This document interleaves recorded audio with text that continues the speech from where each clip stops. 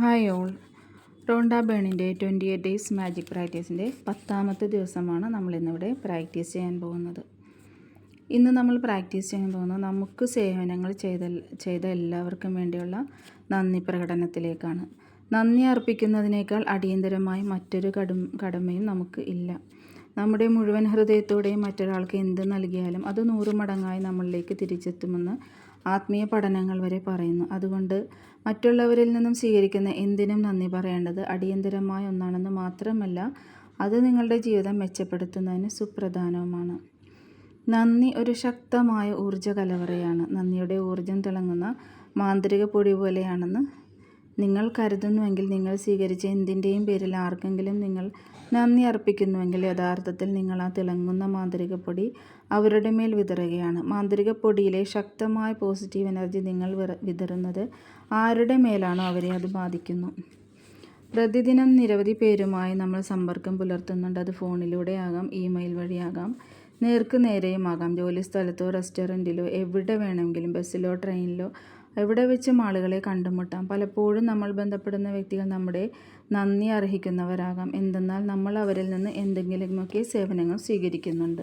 നിങ്ങൾക്ക് ഏതെങ്കിലും തരത്തിലുള്ളൊരു സേവനം ഒരു ദിവസം നൽകുന്ന ആളുകളെപ്പറ്റി ചിന്തിക്കുക.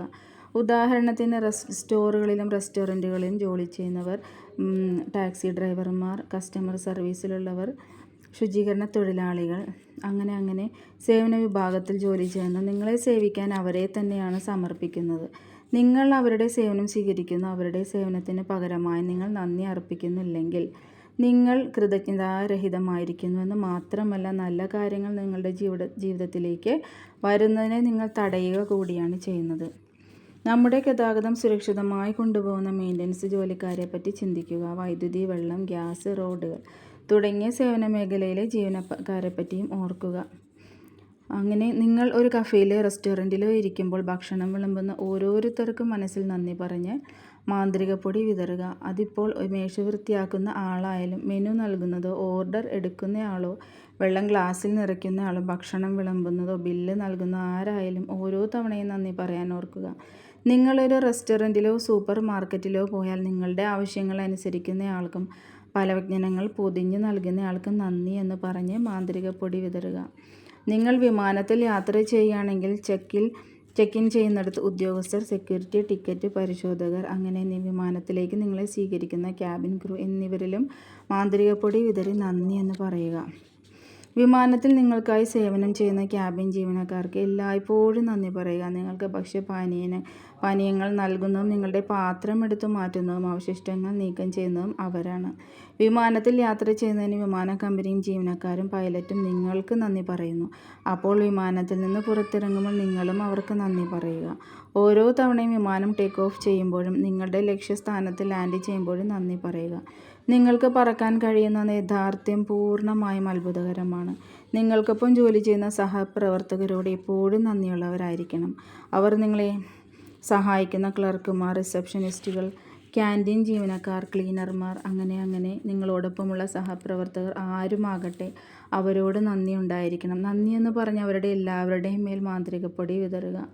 എല്ലാവരും നിങ്ങൾക്ക് സേവനം ചെയ്യുകയാണ്. പകരം നിങ്ങളുടെ നിരന്തരമായ നന്ദി അവർ അർഹിക്കുന്നു. ചില സമയങ്ങളിൽ നിങ്ങളെ സേവിക്കാൻ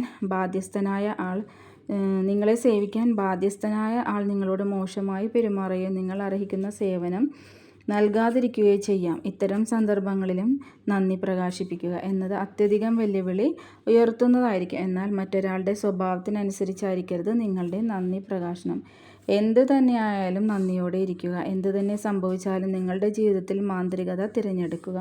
ഇതൊരു പക്ഷേ നിങ്ങൾ നേരിടുന്ന വ്യക്തി ആ സമയം കടന്നു പോകുന്ന പ്രതിസന്ധി എന്താണെന്ന് നിങ്ങൾക്കറിയില്ല എന്നോർക്കാൻ സഹായകരമായേക്കും. ഒരു പക്ഷേ അവർക്ക് സുഖമില്ലാതിരിക്കാം, അവരുടെ പ്രിയപ്പെട്ടവർ നഷ്ടപ്പെട്ട സമയമാകാം, ദാമ്പത്യ ജീവിതം തകർന്നിട്ടുണ്ടാകാം, കടുത്ത നിരാശയിലുമാകാം, അങ്ങനെ പലരുമാകാം. അന്നേ ദിനം അവർക്ക് സംഭവിക്കുന്ന ഏറ്റവും മാന്ത്രിക അനുഭവം നിങ്ങളുടെ ദയാവായ്പും നന്ദിയുമായിരിക്കും. എല്ലാവരോടും ദയയുള്ളവരായിരിക്കൂ. എന്തെന്നാൽ നിങ്ങൾ കണ്ടുമുട്ടുന്നവർ ദുഷ്കരമായ യുദ്ധത്തിൽ പോരടിക്കുന്നവർ ആയിരിക്കാം. നിങ്ങൾ ആരോടെങ്കിലും ഫോണിൽ നന്ദി പറയുകയാണെങ്കിൽ വെറുതെ ഒരു നന്ദി വാക്ക് പറയുന്നതിന് പകരം നിങ്ങൾ എന്തുകൊണ്ട് കൃതജ്ഞാലുവായിരിക്കും എന്ന കാരണം നിങ്ങൾ അവരോട് പറയുക. ഉദാഹരണത്തിന്, നിങ്ങളുടെ സഹായത്തിന് നന്ദി, എനിക്ക് വേണ്ടി പ്രത്യേകം ശ്രമിച്ചതിന് നന്ദി, നിങ്ങൾ എനിക്ക് വേണ്ടി ഒരുപാട് സമയം തന്നതിന് നന്ദി എന്നിങ്ങനെ വിശദീകരിച്ച് അവരോട് അത് വ്യക്തമായി പറഞ്ഞുകൊണ്ട് നന്ദി പറയുക. എന്തെന്നാൽ അവർക്ക് നിങ്ങളുടെ ആത്മാർത്ഥത മനസ്സിലാക്കാം. നേരിട്ട് നിങ്ങൾ ഒരാളോട് നന്ദി പറയുമ്പോൾ അവൻ്റെ അല്ലെങ്കിൽ അവളുടെ മുഖത്ത് നോക്കി പറയുക. നിങ്ങൾ അവരിലേക്ക് നോക്കുന്നില്ലെങ്കിൽ നിങ്ങളുടെ മാന്ത്രികപ്പൊടി അവർക്ക് അനുഭവിക്കാനോ സ്വീകരിക്കാനോ കഴിയില്ല. നിങ്ങൾ വായുവിലേക്ക് നോക്കിയോ നന്ദി പറഞ്ഞാലോ ഫോണിൽ നോക്കിയോ താഴോട്ട് നോക്കിയോ നന്ദി പറഞ്ഞാലോ സംഭവിക്കുന്നത് ഒരാളെ സഹായിക്കാനും നിങ്ങളുടെ ജീവിതത്തിന് മാറ്റം വരുത്താനുമുള്ള അവസരം നിങ്ങൾ സ്വയം പാഴാക്കുകയാണ് ചെയ്യുന്നത്. എന്തെന്നാൽ നന്ദി പറയുന്നതിൽ നിങ്ങൾക്ക് ആത്മാർത്ഥതയില്ല. ഇന്ന് കൃതജ്ഞതയുടെ മാന്ത്രികപ്പൊടി നിങ്ങൾ കയ്യിലെടുത്ത് സേവന വിഭാഗത്തിലുള്ളവരെ ലക്ഷ്യമിടുക. അവസരം നോക്കി അവർക്ക് മേൽ മാന്ത്രികപ്പൊടി തൂകി നന്ദി പറയുക. ഇന്ന് നിങ്ങൾക്ക് ലഭിക്കുന്ന വിവിധ സേവനങ്ങളിൽ ചെയ്യുന്ന 10 പേർക്കെങ്കിലും നന്ദി പറയുക. വ്യക്തിപരമായി നേരിട്ട് ഇത് ചെയ്യാൻ കഴിഞ്ഞില്ലെങ്കിലും സാരമില്ല. നിങ്ങൾ ആരുടെയൊക്കെ സേവനമാണോ സ്വീകരിച്ചത് അവർക്ക് മനസ്സുകൊണ്ട് നന്ദി പറയാം. മാന്ത്രിക ധൂളി അവരിൽ എത്തിയിരിക്കും. ഉദാഹരണത്തിന്, മനസ്സുകൊണ്ട് നിങ്ങൾ നിങ്ങളോട് തന്നെ പറയുക, എല്ലാ ദിവസവും മാലിന്യങ്ങൾ എടുത്തു മാറ്റി തെരുവുകൾ വൃത്തിയാക്കാനായി പുലർച്ചെ ജോലി തുടങ്ങുന്ന എല്ലാ ശുചീകരണ തൊഴിലാളികൾക്കും ഞാൻ കൃതജ്ഞത അർപ്പിക്കുന്നു. ഇത് നിങ്ങൾ പറയുമ്പോൾ നിങ്ങളുടെ ലൈഫിലുണ്ടാകുന്ന മാറ്റം വളരെ വലുതാണ്. ഇന്ന് നിങ്ങൾ വീട്ടിലിരിക്കുകയാണെങ്കിൽ ഒരു പേനയും പുസ്തകവും എടുക്കുക. അതല്ലെങ്കിൽ കമ്പ്യൂട്ടറിന് മുന്നിൽ ഇരിക്കുക.